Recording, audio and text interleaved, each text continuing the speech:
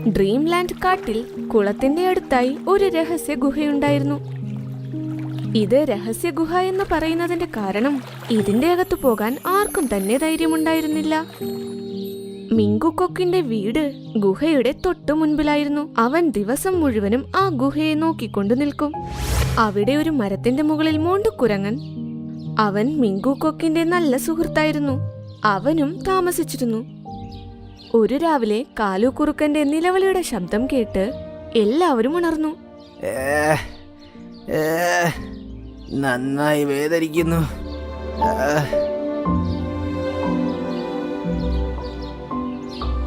അയ്യോ, ഇത് കാലുകുറുക്കന്റെ ശബ്ദമാണല്ലോ. ഇവനെന്തിനാ ഇങ്ങനെ അലറുന്നത്? കുറച്ചു മിനിറ്റിനുള്ളിൽ ആന, മാൻ, ജിറാഫ്, സീബ്ര, ചെന്നായിയും കുറുക്കനും അപ്പോൾ അവിടേക്ക് വന്നു. അവർ നോക്കിയപ്പോൾ കാലുകുറുക്കൻ തറയിൽ കിടന്ന് നിലവിളിക്കുന്നുണ്ടായിരുന്നു. ഇവന്റെ ആരോഗ്യം വളരെ മോശമാണല്ലോ. ഞാൻ ഇപ്പോൾ തന്നെ ഡോക്ടർ മുയലിനെ വിളിച്ചു വരുത്താം.